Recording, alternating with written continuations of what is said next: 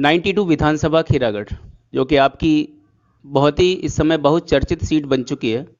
और इस 92 विधानसभा खीरागढ़ की सीट पर कांग्रेस ने एक जो प्रत्याशी हैं जिनको टिकट दी है वो हमारे बीच मौजूद हैं, श्री रामनाथ सिकरवार जी।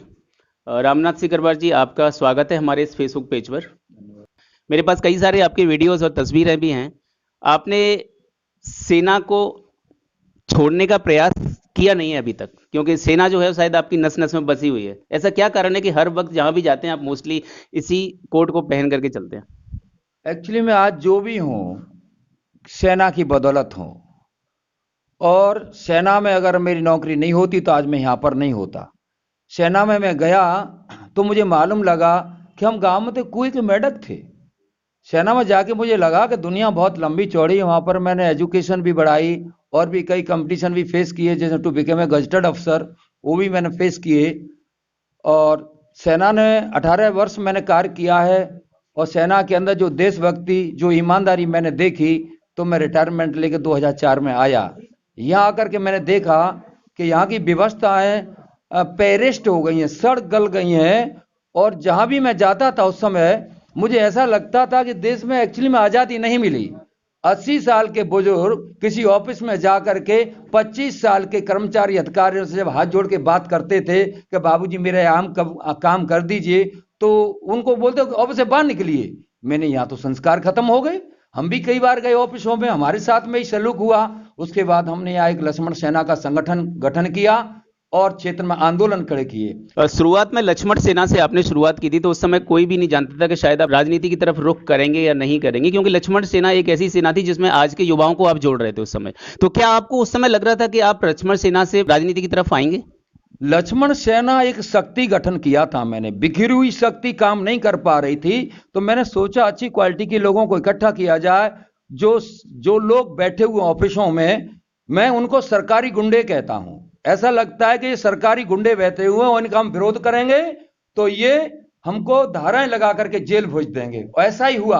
जब हमने इनका विरोध किया तो मेरे ऊपर बहुत सारे मुकदमे लगे, कई बार जेल भी जाना पड़ा, और लोगों ने मेरा साथ दिया, कई आंदोलन किए। यहां से जेल गया, वहां भी मुझे बहुत बड़ी गुलामी नजर आई।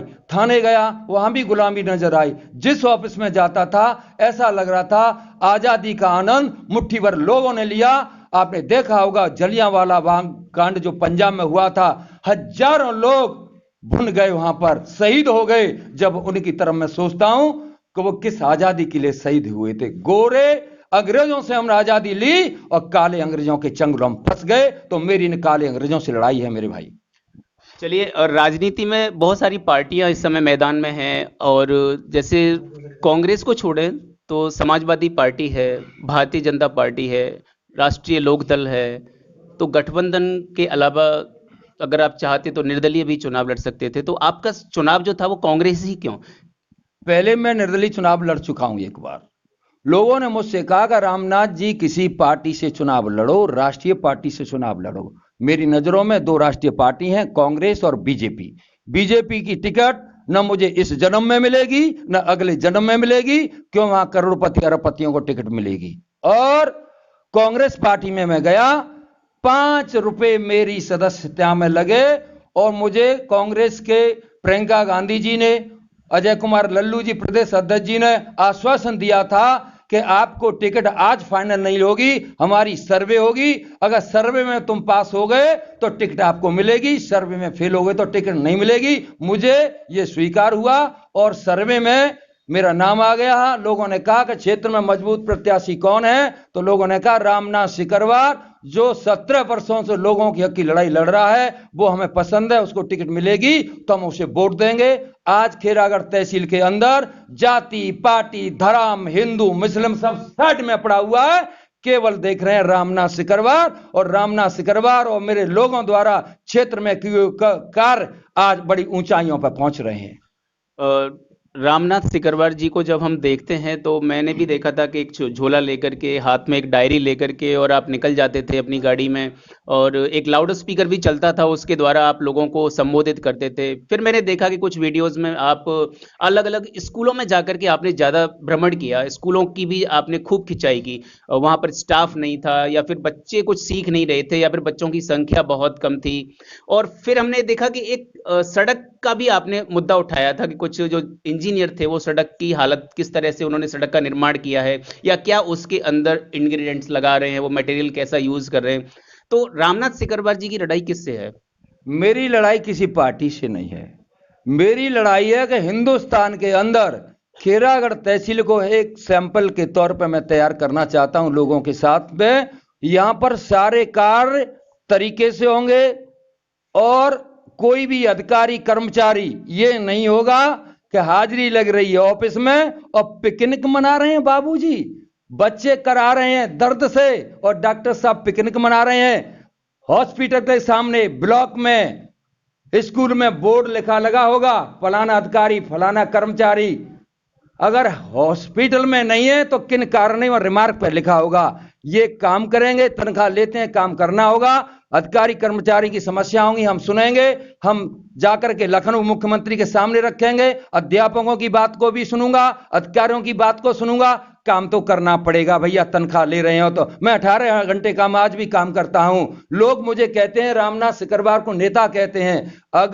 अगर मुझे नेता कहते हैं, अगर मैंने इनके लिए काम नहीं किए तो मुझे नेता कहलाने का हक नहीं है। लोगों को मैं एकता सिखा रहा हूं। एकता में मैं आदमी का भी आपको उदाहरण नहीं दूंगा, जानवर का भी उदाहरण नहीं दूंगा, एक मधुमक्खी का उदाहरण दूंगा। मधुमक्खी का छत्ता होता शहद पे बैठी हुई, एक मक्खी को छेड़ के देख लीजिए, मालूम लग जाएगा एक मक्खी तुम्हारी हालत खराब कर देगी। जब मधुमक्खी में इतनी ताकत हो, इतनी एकता हो जाएगी, मधुमक्खी को नहीं झेल सकते हैं। बंधुओं, हम तो इंसान हैं और दिखा देंगे खेरागढ़ तहसील में काम कैसे होता है। आजादी खेरागढ़ तहसील में हम आपको दिखाएंगे। 92 विधानसभा जो है हमारी, उस समय यहाँ का जो वोटर है वो इतना इस समय परेशान है या फिर वो इस दुविधा में है कि वो पार्टी को वोट दे, प्रत्याशी को वोट दे या फिर जातिवाद को वोट दे। मैं देश की जनता को आपके माध्यम से कहना चाहता हूं, भाइयों, अब जाति पार्टी धर्म हिंदू मुस्लिम के नाम पर वोट देना बंद करो।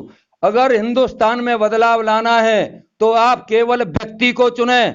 छोटे चुनाव से लेकर के बड़े चुनाव तक व्यक्ति को वोट दें और जाति पार्टी धर्म हिंदू मुस्लिम के नाम पर वोट देते रहेंगे तो हमारे जहरीले लोग जिन्होंने हमारा शोषण किया, हमारा अत्याचार किया, उन्होंने नोट कमाए, करोड़पति अरबपति बन गए और पार्टी में नोट दे आए, करोड़ों रुपए दे के आ रहे हैं। कई पार्टियां नोट दे रही है, वहां पर नोट ले रही है और आप उसके नाम पर टिकट दे रहे हैं। इसका कारण सिर्फ यही है कि हम लोग होश में नहीं है। होश में तब आएंगे तब शिक्षा अच्छी होगी। इसलिए सबसे पहले शिक्षा पे ध्यान दे रहा हूं मैं।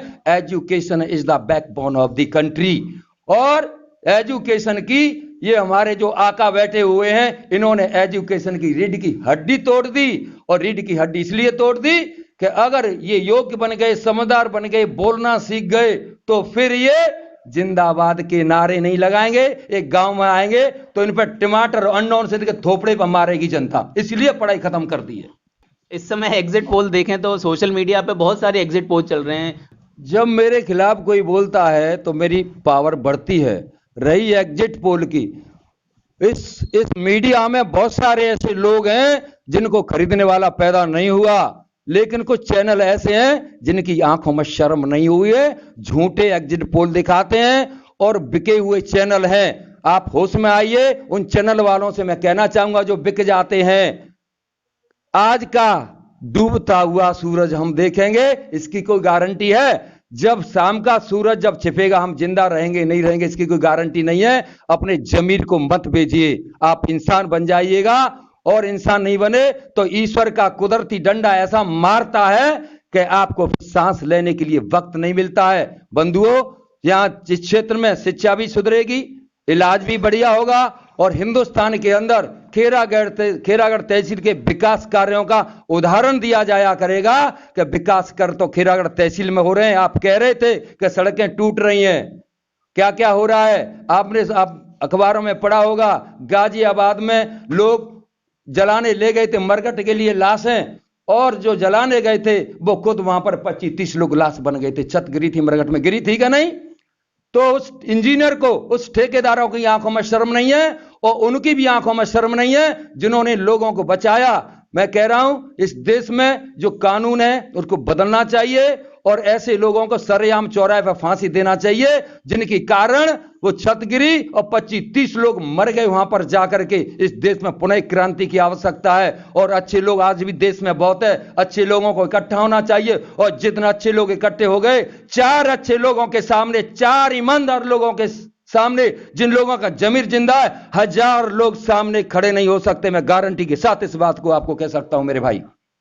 तो इस समय जो खीरागढ़ की विधानसभा सीट है उस पे आपका मुकाबला सीधा सीधा किससे है? भाई जितने भी प्रत्याशी यहाँ चुनाव लड़ रहे हैं ये सब खीरागढ़ तहसील के वार के वार ही लोग हैं। ये करोड़पति अरबपति लोग हैं। इनको पूछिए तुम अरबपति कहां से बन गए? मुझे 18 साल हो गए यहाँ आकर के, मैं घर नहीं बनवा पाया, मुझ में ढंग के कपड़े नहीं है पहनने के लिए, ये अरबपति कैसे बने? ये सब लोग जो चुनाव लड़ रहे हैं ये बार के लोग हैं, खीरागढ़ तहसील से बार के लोग हैं। खीरागढ़ की जनता ने इनको रिजेक्ट कर दिया, रिजेक्ट।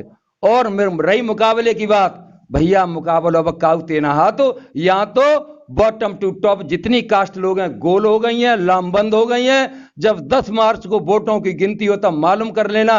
अब यहाँ कोई मुकाबले में नहीं है। ये सैनिक की आवाज है, नकली बात नहीं करता हूं, क्षेत्र में घूम के देख लें। और ये चुनाव नहीं है, ये एक आंदोलन है, ये क्रांति है और ये क्रांति, ये आंदोलन पूरे देश में जाएगा। और विधानसभा में इस बात को मैं कहूंगा कि जो ठेकेदार, इंजीनियर ऊपर से नीचे तक जब सड़क बन रही है, छत बन रही है, जो कमीशन खा रहे हैं, तुम्हारी आंखों में शर्म का पानी नहीं है? इनको पूछूं मैं जाकर के। छत गिर रही है, लोग मर रहे हैं, सड़क टूट रही है, नाली खरंजा बन गए, बनते ही टूट रहे हैं। जब नाटक बंद करो। में उसमें मैंने कई सड़कें लात मार के तोड़ दी, सब टूट जाती हैं। फिर तुम कमीशन खा के बता देना ठेकेदार गलत है ही नहीं, ठेकेदार गलत है। इंजीनियर जब तक इंजीनियर से पास नहीं करेगा जब तक वो पैसा मिलेगा ही नहीं। तो इनको बिल्कुल खीरागढ़ तहसील में, जिला आगरा में एक वंडरफुल चेंज आएगा। और मैं देश के अच्छे लोगों के, देश की जनता से मैं कहना चाहूंगा, साथ दें, अब भी साथ दें, जीतने के बाद भी साथ दें। और भैया अच्छे लोग हैं कहां? अच्छे लोग कहां? अच्छे लोग या तो सड़कों पर चप्पल चटका रहे हैं जिनको लोग पागल कहते हैं, या फर्जी मुकदमे में फंसा करके जेल में चढ़ रहे हैं जिनकी जमानत नहीं हो रही है, या फिर उनकी हत्या करवा दी जिन नकली लोगों ने। बंधुओं, ये अच्छे लोगों के इकट्ठा होने का वक्त आ गया है। तो आखिरी समय पे मैं आपसे सिर्फ यही पूछना चाहूंगा, आपके वो कौन से मुद्दे हैं जो सबसे पहले प्राथमिकता में होंगे अगर आप विधायक बनते हैं? तो आपको डॉक्टर दवा देता है ना, आदमी को कई बीमारियां होती हैं, तो मेरे पास भी एक ऐसी एंटीबायोटिक दवा है जो हर बीमारी में काम करेगी।